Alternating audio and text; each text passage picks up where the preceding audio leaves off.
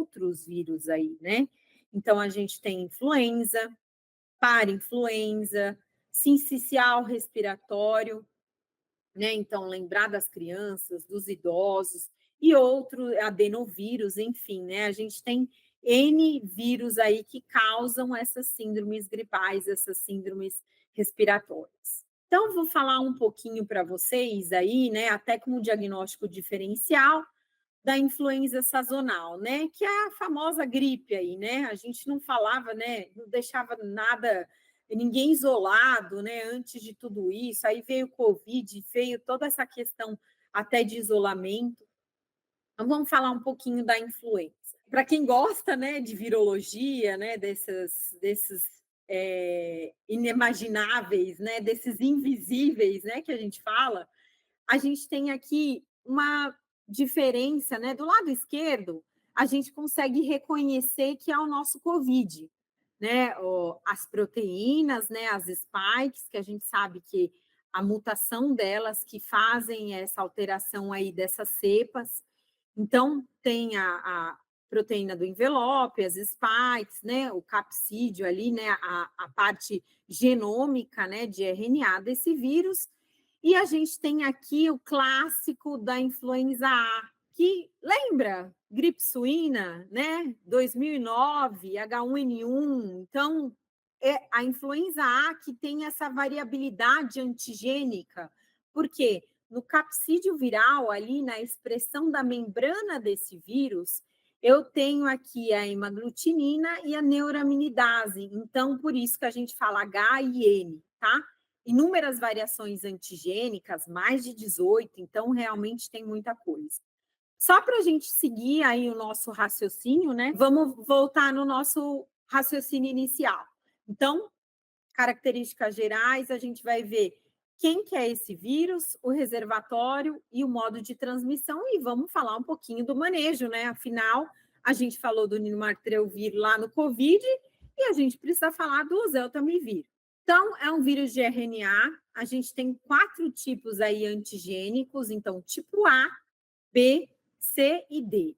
O A e o B é o que a gente lembra muito, né? Porque a gente tem o tipo C, que eu nunca vi isolar aí, mas a gente tem em humanos, é mais comum aí em suínos, e o tipo D restrito aí a bovinos. E a transmissão, né? A gente não falou lá da aerosolização, da questão das gotículas, então transmissão direta aí através de gotículas. Então a gente vai usar a máscara comum aí, né? A máscara cirúrgica. O tipo A, então, esse é o famoso, né? Então, tem o H1N1 lá da gripe suína, H5N2, H3, aquela confusão, né? Aquela variabilidade antigênica importante. H5N2, né? Que foi um dos últimos aí também. Então, é essa combinação de proteínas aí da superfície desse nosso vírus da influenza A, que tem essa variabilidade. O tipo B, ele tem uma variação antigênica menor, mas a gente começou a ter uns casos aí de influenza B. Não sei se vocês ouviram falar, mas febrão, febre aí 39,3, 39,8, uma prostração. Muitas crianças pegaram. Então, também é um vírus aí que a gente tem que ficar atento. E os outros que eu falei para vocês. Então, tipo A e tipo B da influenza. Como que eu vou fazer o manejo, né, nesses casos? Então, a gente tem que orientar esse nosso paciente. Então, a gente precisa saber se ele está em algum grupo de risco, se ele tem um quadro leve, e a gente tem que orientar sempre, pessoal, os sinais de alerta, sinais de atenção. Isso para tudo, né? Na dengue, a gente vai falar, se tiver, né, começou a pipocar, começou a petequiar, né, se está tendo algum sangramento gengival, né? Até questões de sepse também, de questões de deterioração clínica que eu falei para vocês, então de confusão mental, de sonolência. Então, são esses os critérios de alerta que a gente fala, os sinais de alerta, de alarme. Então, o paciente ficou hipoxêmico, dispneico, será que esse paciente está piorando clinicamente? Tá, né? O paciente estava com uma febre mais baixa, agora está com febrão, tá, a criança até convulsionou por febre, né? Então, olha a preocupação que a gente tem que ter.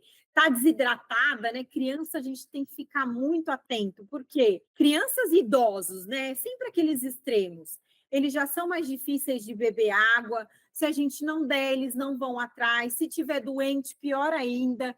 Idosos, né? Casas de repouso, casas de longa permanência, esse paciente acamado, se eu não for lá, né, não for ofertar água para esse paciente, ele vai entrar em delírio por desidratação. Então, realmente, a gente tem que orientar, né, esses pacientes e também os acompanhantes, os familiares, que são muito importantes.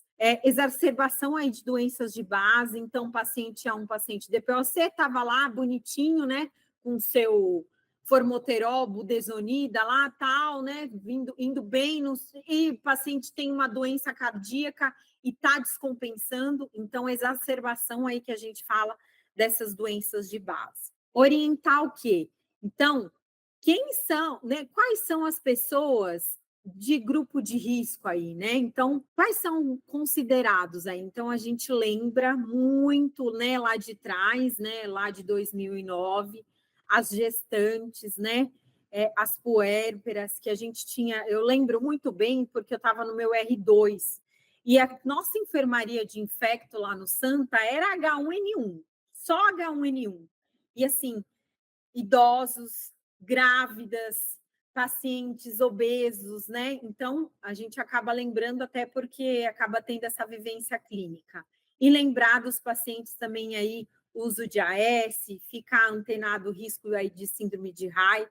Então, esses pacientes aí com essas condições e fatores de risco para complicação que a gente tem que se orientar e não esquecer. Além disso, né? Então, pacientes que têm, né? A gente acabou falando até antes, pneumopatias, no caso do influenza, incluindo asma, tá? De cardiovasculopatias, então, nesse caso, lembra que a gente falou do que era casos mais graves, aneurisma? No caso do influenza, a gente tem que ficar antenado com hipertensão arterial, nefropatas, doenças hematológicas, aqueles pacientes com anemia falciforme, pacientes com distúrbios metabólicos, né, incluindo diabetes, outros transtornos aí neurológicos do desenvolvimento. Então, pacientes com paralisia cerebral, síndrome de Down, né, que já tiveram algum acidente vascular cerebral, pacientes que estão em uso de corticoide, né, desses, né, de dose aí mais de 20 miligramas dia, por mais de 2 semanas, né, que acaba dando uma imunossupressão aí, quimioterápicos, pacientes que usam aí inibidores de TNF-alfa, pacientes que têm neoplasia, né, que tem uma leucemia, a gente sabe que está aí associado a uma depressão de neutrófilos, os nossos pacientes HIV, né, HIV/AIDS, que a gente, né, tem que manejar aí, que são pacientes mais complexos e pacientes obesos. Então, o oseltamivir aqui, ele está indicado, então, para pacientes aí do grupo de risco e que há uma suspeita forte para o influenza. Então, lá atrás, a gente utilizava muito só para esses casos, né, para esses grupos de risco. Mas hoje em dia, até porque muitas das vezes a gente não tem o teste, mas a gente está diante de uma síndrome gripal e esse paciente veio Covid negativo, eu fiz o RT-PCR, veio negativo, eu penso num diferencial mais comum aí, que é um quadro de influenza, fica mais a critério médico essa indicação do oseltamivir, tá?